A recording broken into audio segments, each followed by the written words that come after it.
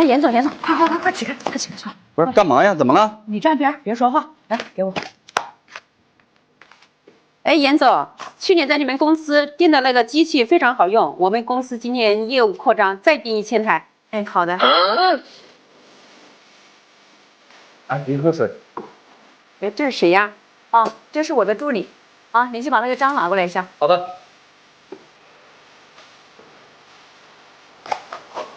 来，来，咱们合作愉快，合作愉快。嗯。你好，先生，怎么了？请出示工牌。工牌是吧？对，不好意思啊，大哥啊，那个昨天可能闹办公室了，我去办公室给你拿过来，好吧？啊，那也不行，怎么了？因为工厂的老板规定啊，没有工牌，任何人都不让进去。任何人都不让进去，我去拿出来拿过来给你不就完了吗？那也不行，因为我们身为一帮保安啊，必须对工厂的财产、人身安全保障。不是，意思也就是我今天不带工牌，我进不去呗？是的，老板规定的，工厂有规定。不是你是不是第一天上班啊？你不认识我？我今天第一天上班，确实不认识。及时跟我沟通就行，好吧？行，谢谢严总。行，没事，下去吧。小丽，你明天不用来上班了啊？凭什么呀？凭什么？就凭你昨天顶撞我，知不知道啊？我告诉老板去。我告诉你，你告诉谁都没用。我不管，我就要告诉老板。你告诉老板不是试试看。王主管，挺能耐的呀啊！哎，老板你怎么过来了？我要不过来啊，你是不是要把工厂能干活的员工全部开除掉啊？留下来的全是拍你马屁的呀？没有，老板，我跟他正开玩笑呢，是吧？开玩笑啊！你下面也管了几十号员工吧啊，也不止一个员工到我这儿来反馈啊，对你意见都挺大，怨气都挺大的啊！我开厂这么多年，是不是啊？从来也没碰到像你这样的主管。不是，老板可能是平时吧，他们爱偷懒，我管的比较严格了，他们就对我有意见。啊，爱偷懒啊？哪个爱偷懒？你跟我说说啊！你也别在这儿狡辩了啊！我告诉你，你连自己下面员工自己带的兵关系都搞不好，你有什么资格还坐在这个主管的位置上啊？我告诉你啊，直接下面去当基层员工去，当螺丝去。保洁，臭保洁发工资了啊！发工资不准领，还我给你送过来，你面子多大呀？啊，还拿着，这是你的5000块钱的工资，你拿好了，知不知道？还感谢，就这样感谢，你挺鸡贼的啊！感谢，不知道表示，还非说几遍了，听，这100块给我干嘛呀？打发叫话子呀？要饭的呀？哈，你家一小孩这么高的，那你挺能生的，生几个呀？啊，还生3个，养不起了，那1个就不生，你还生3个啊？养不养得起关我啥事？这个我不跟你说了啊！你这个100块钱啊，你还挺瞧得起我啊！我告诉你啊，我这现在换季了，我想去换一身行头，好吧？我前天在商场去看到一套衣服，很漂亮的，我这个衣服穿了好几年了，你就跟我赞助一点，我去买一套。我的工资确实发了，但是我舍不得啊！别动，我拿一点，这一点儿大概买那套衣服呢，凑合着可以买着啊。然后这个衣服搭上了鞋子要搭配，对吧？那么我再得买一双鞋子，这个钱肯定就不够了，那再来一点，好吧？别动，来，哎呀，叫啥呀啊！这个买鞋子应该够了，我看你这个有300-400块钱够了。你看公司包吃包住，对吧？啊，然后我把你介绍过来，风不吹雨不晒的，是不是啊？所以说你这个也挺可以了啊，好好工作啊。等一下，王主管，干嘛呢？哎，老板好，发工资了？是的，我在跟这个大姐发工资了啊。我看你这手后面是干嘛的呢？啊，这是我的钱，我也发工资了。你的钱呀？是的。你发了多少啊？我这个月我发了19800。19800，这么多呀？是的，这不是老板待遇好吗？是啊，老板平时还是挺关照你的吧？对，老板对我们没话说。是这样啊，我突然想起来个事儿。今天晚上呢，那个隔壁省的那个张总啊，到时候要来咱们这儿，你知道合作10多年了，是不是？我知道。关键呢，最近老板手上呢手头比较紧张，是不是啊？他来了怎么着也得请他吃个饭，是不是这个道理？所以说看能不能挪一点钱呢，请我去吃个饭，老板，是不是？你这么大个老板，你能看得起我们这个小钱吗？是吧？一样啊，我现在不是手上紧张吗？刚才不是跟你说了吗？而且这张总还有一个爱好，是不是？他一般吃完饭就喜欢去唱个歌，是不是？他唱歌肯定还得来一点，是不是？对不对？老板，你真的拿太多了，拿多了一样的嘛，是不是？老板平时也挺照顾你的，是不是？这个就不说了。对了，还有那个张总，他一般的啊，唱完歌之后还有一个爱好，他喜欢按个摩。那你看一下啊，这个应该就差不多了啊。不是老板，你把我的钱都拿没了，我就没钱了。你这没钱了啊？这是你的钱吗？那我在我手上你拿走的呀？那在我手上也是我的钱呀，是不是？那这是以你自己的全职在我手上拿走的吗？那你这个钱到底是你的是谁的啊？我刚才到后面看的都一清二楚啊！6000块钱的工资，保洁1个月辛辛苦苦的啊，为自己创造的这点价值所剩的这点工资啊，被你扣的剩多少了啊？300块钱啊！人家一大家子还怎么生活呀？哎呀，老板，你看他是我带出来，是我老乡，在家里啊养鸡养鸭，一年都挣不到几百块钱，我把他带出来，你看一年12个月，这几百块钱，一年就几千块钱了，这不错了。还你带出来了，你还好意思说这个话啊？既然是老乡来到工厂了，你更应该的是从背后去帮助他、关爱他，而不是在背后打他一枪啊！这是你所谓的老乡，还你带出来了，还一直说你对他好，你对他好什么呀？我问你怎么不好了？这是啊，好什么呀？你说呀，你哪里好了啊？这，你看我把他带出来，这有吃有喝的，还每个月还剩一点钱，还有吃有喝，你还在这冥顽不灵答应你人，你不是对他好吗？是吧？来，多了我也不想多说了呢。把他的活来给我干2个月，来，你不是对他好吗？不是老板，我是做管理的，你让我做他的活。我告诉你，这个扫把你要接着你就接着啊，你要不接着啊，你可以现在直接收拾东西啊，去财务那儿结完公司跟我走人。那我做多久呀？你做多久？2个月的时间啊！我告诉你啊，他来到这儿本来都是从五湖四海是吧，千里迢迢背井离乡来到咱们工厂是吧，都不容易是不是？自己每天起早贪黑的，1个月也就6000块钱啊！你作为老乡，你就磕了这么多钱，你又没有想过，他到这个年纪了，他也有老人，他家也有子女啊！你想想他又怎么该生活呢？他有可能这6000块钱是他家唯一的一个经济来源，你有没有想过啊？还你在那说怎么着干这个保洁，你还心里不是特别舒服啊？感觉丢女人似的啊？那肯定了，我那还肯定的啊！人重要的是心灵上的美，而不是外表上的咋咋呼呼。职业不分高低贵贱，只有人品才分3、6、9等。人家保洁阿姨怎么了啊？他们每天起早贪黑的，是吧？为大家创造一个良好的办公环境，把大家的办公室是吧，工厂的区域部分是吧，打扫得干干净净，是不是？是值得可敬可佩的啊，而不是你所带的这种肮脏想法，知道吧？我告诉你啊，能干就干，赶紧拿着走啊！不能干的话啊，你直接跟我走人啊！我干。那不好意思啊，大姐啊，你这事儿为什么不早跟我们说呢？你这事儿可以找厂长啊，也可以找我呀，知道吧？办公室就在这一层，是不是？那你先把钱拿着，知道吧？能不能听懂我说话？你再记住啊，你是不是卡还没办呢？我看怎么发的现金呢？没有办卡是吧？你记住啊，厂长人也还是不错的，知道吧？有事儿今后第一时间去找厂长或者找我，然后这样呢，我带你到财务那儿去呢，把你卡先办了，是不是刚来没2个月呀？走，先走吧，走。哎，怎么玩手机呢，小李？严总，你来了啊？那个正好我有个事儿跟你说一下。什么事儿？就是我打算这2天我就不做了。怎么不干呢？在这干这么长时间也都挺稳定的，这工资差不多每个月基本上都挺稳定，有个1万左右了。是的，我也感觉就是说在这里干了这么长时间的，然后每个月的工资的话也不低。是因为这样的，就是说那个今年我回家不是要结婚嘛。然后老家的房子呢，到现在还没买，没买房是吧？对，所以感觉个人的一个压力比较大，然后的话，我也想去摆一下地摊儿，因为去年我家亲戚在老家那边摆摊儿的话，我看他都已经买了2套房了。对，这个摆摊儿你要是掌握技巧、熟练好了，确实也能挣得很多。对，所以我也想去学习一下，去弄一下是吧？对，不然跟家里商量好了，自己也决定好了是吧？对，已经商量好了。行，那这2天你还是先正常工作，你这样一会儿下班之后上我办公室来一趟，好吧？好，行，先别玩了，先工作了。好。那个小李刚才在工厂听你说，就是确定已经这个事儿定了，想回家跟你朋友去摆摊儿。是的，严总，已经确定了。确定了。你那个朋友他之前摆摊儿，他一直是做什么产品的呀？卖什么的呀？是？他卖的是那个儿童的一个服饰。然后去年的话，像那个5、6月份不是正好地摊经济火爆的时候嘛，也卖了一段时间那个玩具，而且玩具的还是从我们这边拿的货。卖了一段时间从这儿拿的货，对，是吧？卖的怎么样啊？看着还挺好的，好就行啊。主要呢就是了解一下，把你叫过来呢，主要就是问一下，因为跟到我身边呢也都5、6年了，是不是？其实怎么说呢，也不舍得放你走，毕竟也这么多年了。然后另外一个呢，我想说的就是，这个人往高处走，水往低处流，对吧？是这个道理。其实我也不希望你们任何只要有干劲儿、有梦想的人、有上进心的人，我也不希望你们一辈子窝在一个工厂里面，知道吧？这个怎么说呢？打工这个事儿呢，流水线这一块呢，只能说是养家糊口，知道吧？挣不了什么太大的钱，知道吧？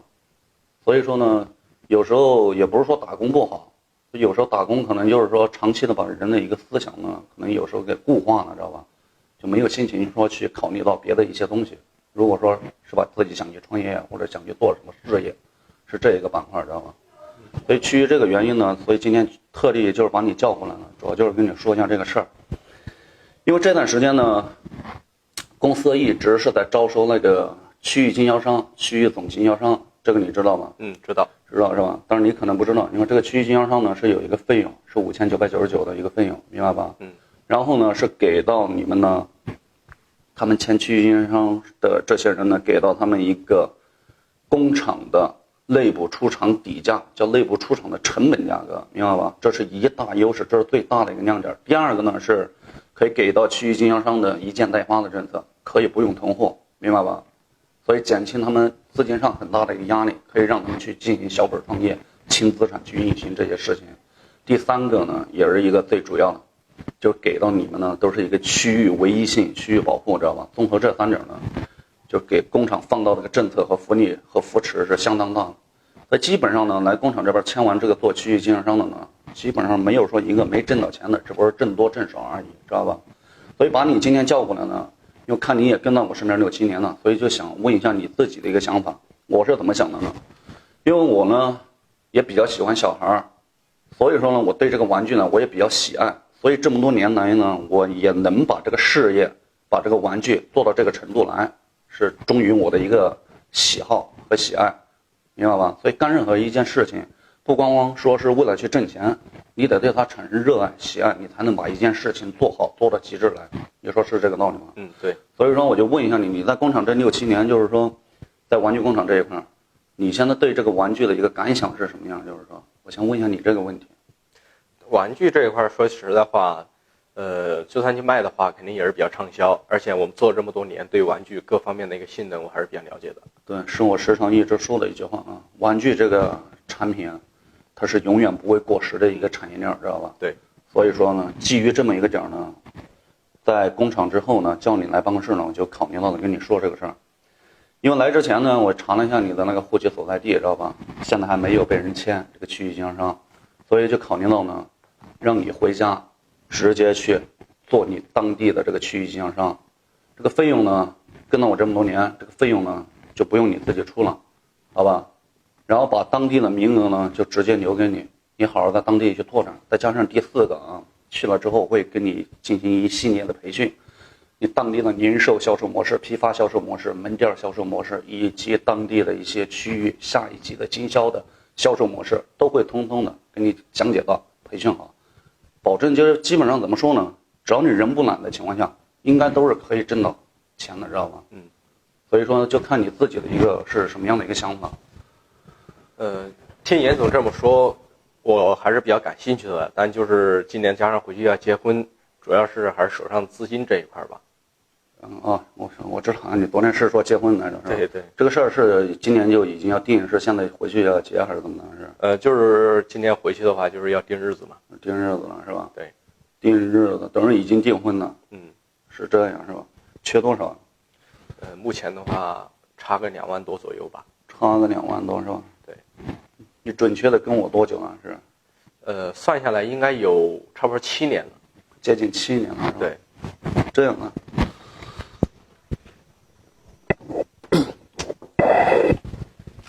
我直接给你拿3万了，好吧？那这都不好意思啊。没事呢，这个钱呢也不算你借的，好吧？这个钱呢就算作是你跟了我这6、7年的一个时间，我给你的一个好吧份子钱，好吧？也希望就是说接下来的，如果你在当地回到当地你去做你的渠道批发市场的话，好吧？我希望你能把它做好做大，好不好？行，拿着吧，那你先这样，好吧？行。然后明天呢，你去把你工作那边交接一下，交接完了之后呢，明天到公司来跟市场部的负责人，好吧？跟他正式交接一下，确定你当地的区域的一些事情，好吧？好，行，那你先这样，好吧？谢谢。好好干啊！好。你看一下，咱们这个对账单出来了。哦，来看看你的在哪里啊？你看哪个？我来找一找。这个是我的，来，我看到了。你的呀？对。哇，你怎么这么多呀？是啊，怎么是5700多呢？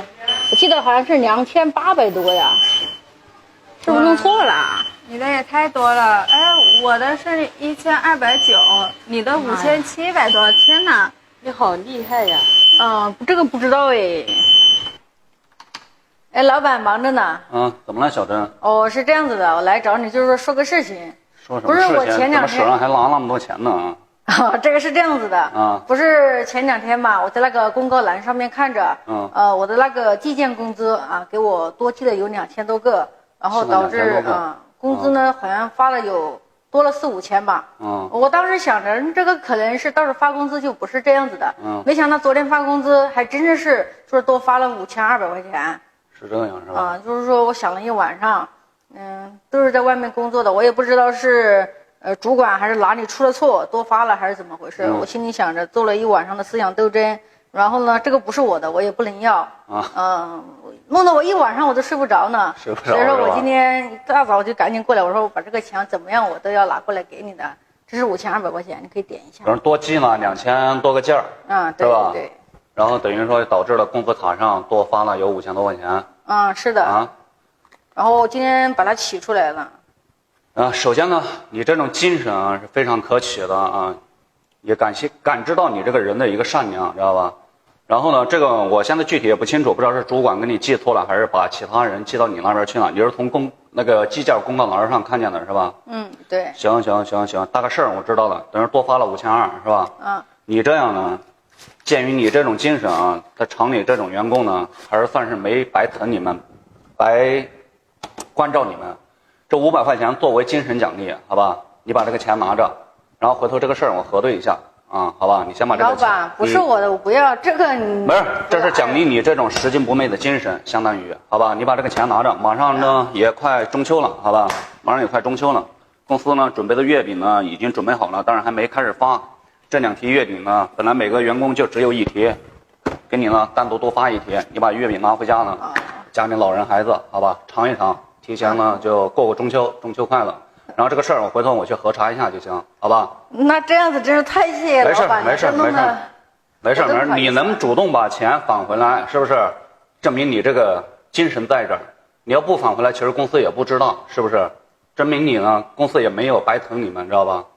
所以这个事儿呢就先这样，我回头核对一下，没别的事儿也就没别的事儿了，好吧？好了，真是太谢谢老板了。行，没事，你下去忙吧，我这儿还有点事儿，好吧？好，按着啊。表哥，又怎么了？最近遇到烦心事太多。不要跟我说，别回去。不说心里难受啊。难受我也不听，你这看我这一天忙死忙活的，是不是？哪有时间听你负能量啊？我告诉你，生活就算再苦再难再累，你也得跟我好好活着，熬着挺着，明白吗？可是心里实在难受啊。你说你一70男儿，你难受什么呀？啊？我告诉你，生活如果处处都如意的话，那还叫生活吗？是不是啊？记住一句话啊，梦有疾风起，人生不言弃，你还年轻。为什么再穷不要打工？今天我们来算一笔账啊，1个月6000块，1年就是7万2，吃完喝完存3万块，正常打工呢40年120万，在一个城市还不够买一套房，还要买车，结婚生子，身后还有一个家庭。所以说，宁愿创业吃馒头，也不要打工吃大餐，宁可摆地摊，也要当老板。如果13年前我没有选择创业，我可能现在还在工厂打螺丝，买不起房，开不起车，结不起婚，老人也赡养不了。其实男人翻身也就是那么1、2年的时间，趁年轻还是要多出去折腾，把握好机会了，真的能逆天改命。就犹如我们的共享玩具店一样，让客户花1个玩具的钱，可以玩到300-400款价值5-6万块钱的网红新奇特爆款玩具，而且玩坏摔坏不需要客户赔，也不需要店老板赔，直接返厂换新即可。目前我们已经签约500多家了，开业的呢有200多家，单店模型已经非常成熟了，而且盈利的方式一共有7种，回本周期快，公司这一块也是全程帮扶指导，最主要的是区域还受保护，一区一县。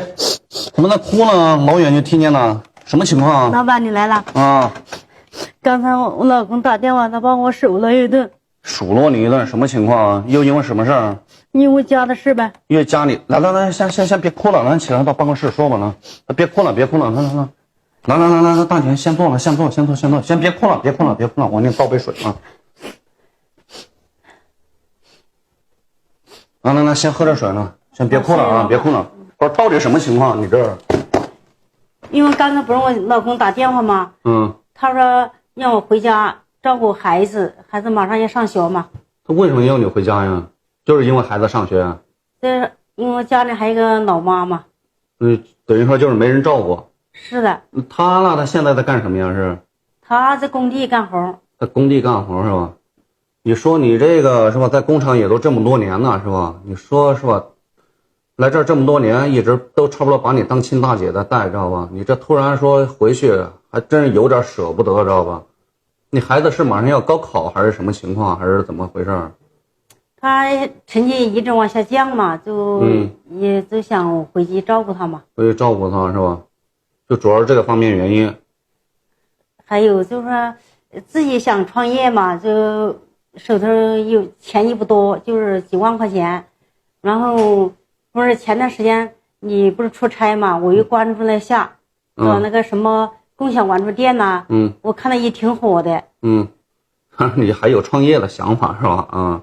是的，就你这样的，我先那个什么样？你现在等于说你老公现在这个情况，等于主要是因为老人没照顾好，现在孩子要高考，学习成绩下降，所以才想让你回去。刚才在那儿起争执，可能数落你，是这个意思是吧？是的。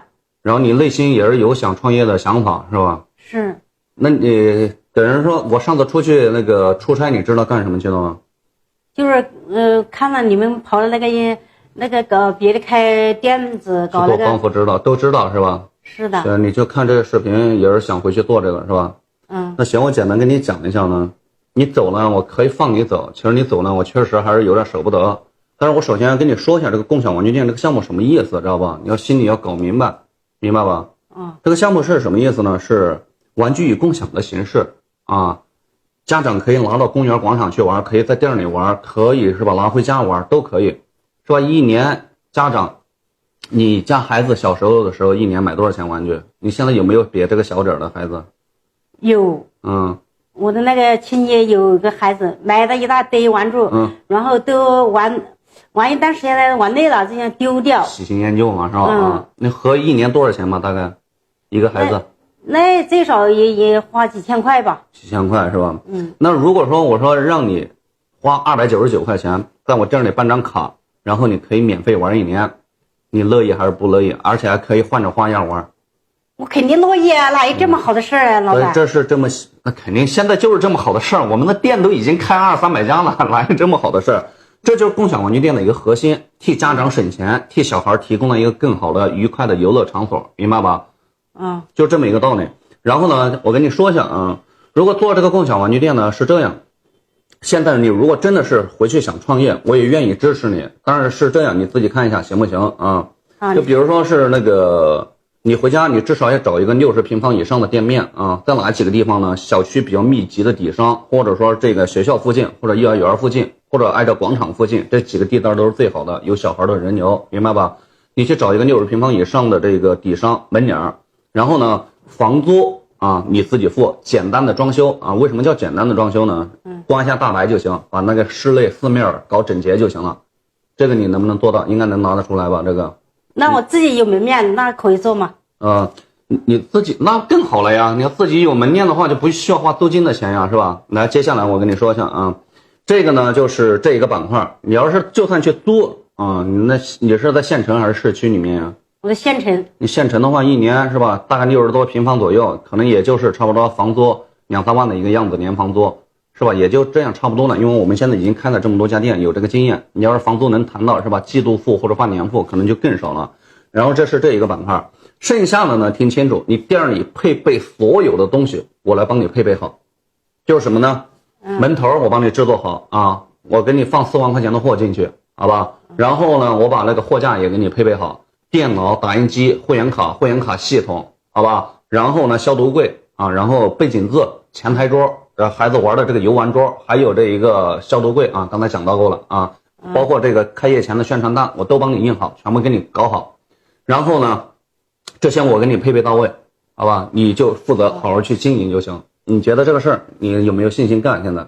那我肯定有想干的，那要花多少钱呢？那这个钱我现在不用你出，这事儿算你在我这儿干了这么多年，我扶持你来做这件事儿。但是有一点听清楚了房租装修你自己付这些费用这些东西我来给你承担，给你配备到位，不需要你花钱。但是有一点挣钱了咱们点55分，你同不同意？同意，那肯定同意的。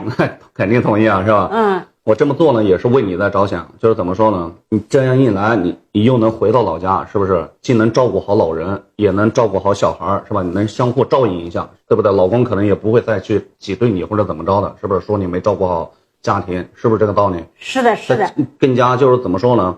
小孩如果各方面或者老人如果都身体比较硬朗，或者小孩也比较听话的话，是吧？你可以把老人小孩弄到店里来给你帮忙，是不是一举多得？是不是这个道理？你都不用请人工了。那肯定好啊，那要是我自己的门面呢，那就要省多少钱是吧？所以就是这么一个道理。但是怎么说呢？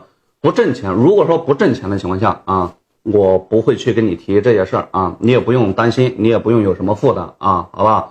挣钱了咱们就5-5分，不挣钱跟你也没啥关系，我也不会去责怪你，懂我的意思吗？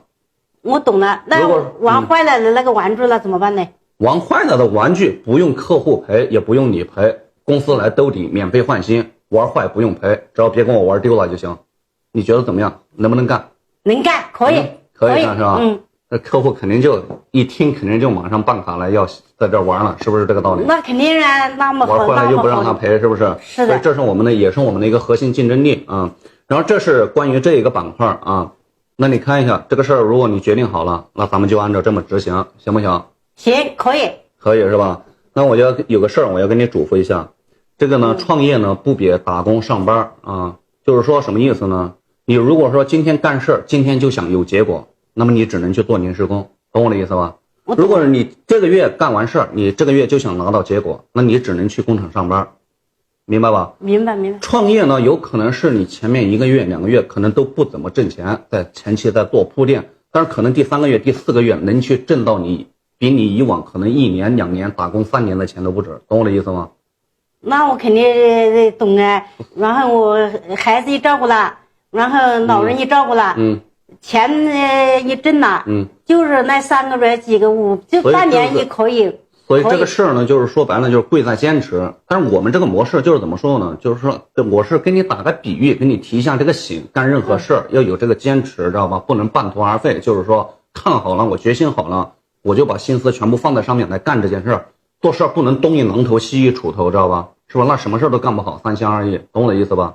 我知道你。然后有任何不明白的，听清楚啊。